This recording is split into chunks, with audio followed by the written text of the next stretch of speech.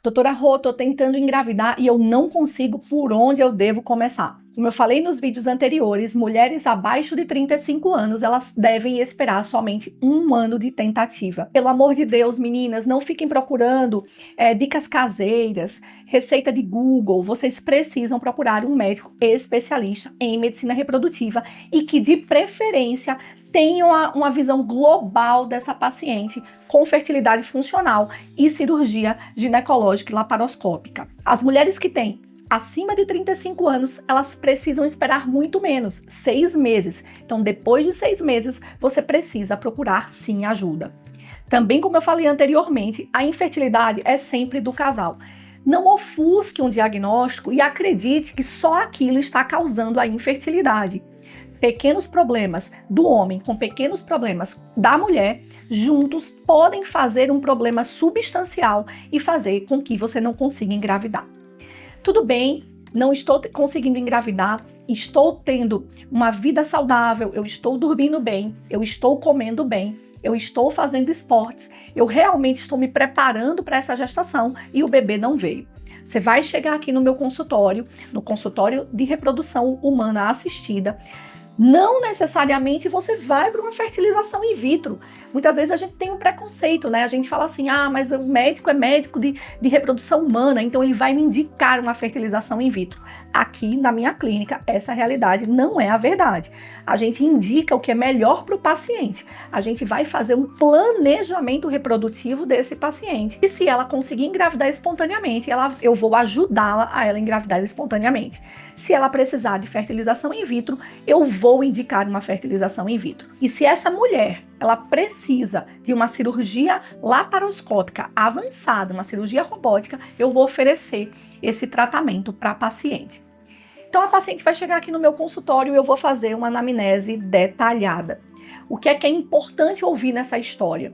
A idade da menstruação, se essa mulher tem alterações do ciclo menstrual, se essa mulher tem dor na menstruação ou dor na relação, se ela tem alguma doença crônica, hipotireoidismo, se ela tem doenças intestinais, retocolite ulcerativa, síndrome do intestino irritável, se ela já foi submetida a alguma cirurgia que possa prejudicar a fertilidade, se essa paciente é uma paciente que ela tem síndrome de ovários policísticos, ela vai ter irregularidade menstrual. Então, nós iremos ouvir a história inteira dessa paciente e do marido.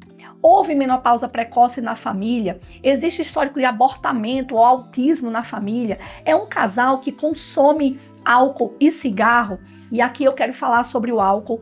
Eu quero entrar nesse assunto que é tão difícil, né? Eu sempre falo, nós vivemos uma sociedade que beber é chique, é elegante. A nossa sociedade realmente, ela, se você não bebe, você é chato. Mas o álcool, ele é muito deletério à fertilidade. E depois da pandemia, a gente realmente teve um aumento do consumo de álcool. Muitas vezes você fala assim, doutora Rô, mas eu só bebo no final de semana. Mas aí você bebe muito no final de semana. Ou, doutora Rô, eu preciso da minha taça de vinho logo no meu jantar. Uma taça só por dia e isso traz resveratrol, isso me traz saúde. Gente, isso é mentira. Muitas vezes o paciente se engana.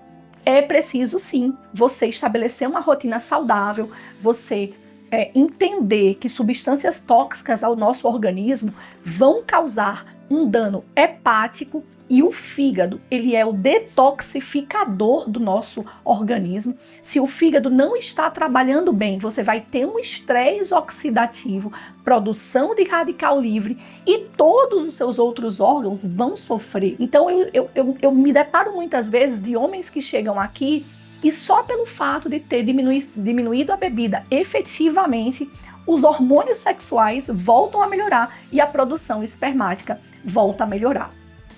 Quanto aos homens, existem hábitos que também são muito importantes.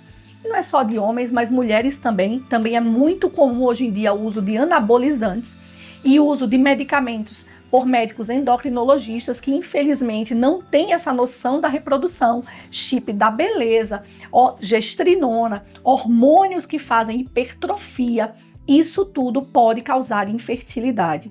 Então, se você é jovem e você utilizou esse tipo de hormônio, você precisa contar pra gente, porque nós vamos identificar se é possível reverter esse problema causado pelo excesso do uso de medicamentos ou não. Depois que nós conversamos longamente e nos atentamos a todos os detalhes, eu irei examinar você. No exame físico, eu posso me surpreender com endometriose, com aumento de volume uterino, que pode estar relacionado a mioma ou adenomiose. Eu posso surpreender no ultrassom transvaginal simples, uma diminuição da reserva ovariana, uma presença de pólipo, de sinéquia, que é uma fibrose, uma cicatriz dentro do útero. E eu vou pedir exames complementares que confirmem a minha suspeita. Nas mulheres, nós iremos pedir sorologias, na verdade, para o casal, para o homem e para a mulher. O perfil hormonal, que são os hormônios sexuais, os hormônios que fazem com que nós fiquemos férteis, dos homens e das mulheres, caso você tenha um parceiro masculino. Nós iremos pedir exames simples, exames de rotina ginecológica, Papa Nicolau, ultrassom de mama, ultrassom de tireoide, ultrassom de abdômen. E muitas vezes, se você tem infertilidade mesmo, a gente vai ter que pedir o exame da histerosalpingografia, esse exame tão temido. É um exame que realmente causa um certo incômodo. Isso vai depender do limite de dor de cada paciente. Eu sempre indico lugares específicos de profissionais que são excelentes e que as pacientes, elas realmente se sentem confortáveis em fazer o exame. É um exame muito antigo, mas ele nos traz um dado muito importante a respeito da anatomia do aparelho reprodutor feminino. Então ele consegue mostrar se você tem alterações uterinas, falhas de enchimento que podem identificar mioma, pólipo, ou uma irregularidade do contorno uterino que pode identificar adenomiose, se as suas trompas são obstruídas ou não. Então é um exame chato, mas muitas vezes é um exame que ele é obrigatório, assim como o espermograma e a fragmentação de DNA espermático, que eu já falei em outros vídeos, que reflete a qualidade do espermatozoide. Já falei também que alterações no estilo de vida, uso de medicamentos, sedentarismo, obesidade, pode causar alteração na fragmentação do DNA do espermatozoide e causar infertilidade. Esses são os exames básicos. Mas, muitas vezes, as pacientes vêm aqui no meu consultório depois de já terem passado em vários médicos e trazem aquela sacola enorme de exames e já passaram por outros tratamentos.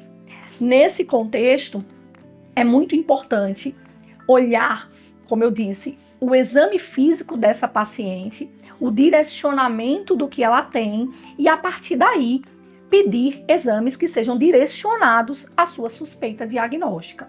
Se é uma paciente que teve falha de implantação embrionária, se é uma paciente que já fez fertilização e ela nunca fez uma histeroscopia, que nome esquisito, o que é isso, doutora? É você entrar com a câmera de vídeo dentro do útero para olhar se esse útero é normal, se ele tem alguma infecção lá dentro, se ele tem alguma alteração da microbiota lá dentro.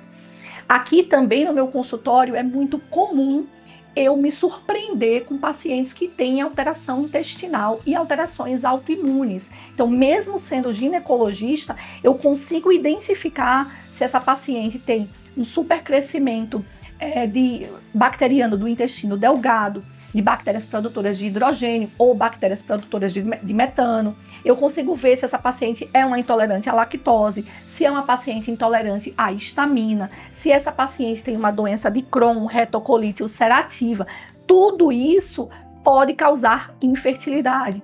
Ou se essa paciente tem uma doença autoimune, uma síndrome de Sjögren, se ela tem um FAM positivo, por que ela tem esse exame de FAM positivo? Tudo isso deve ser levado em consideração. E, na verdade, eu brinco, existe um compêndio de reprodução humana de exames que são muito importantes para pacientes, em específico, trombofilias, genotipagem KIR, que dependendo do seu caso, você sim vai precisar fazer.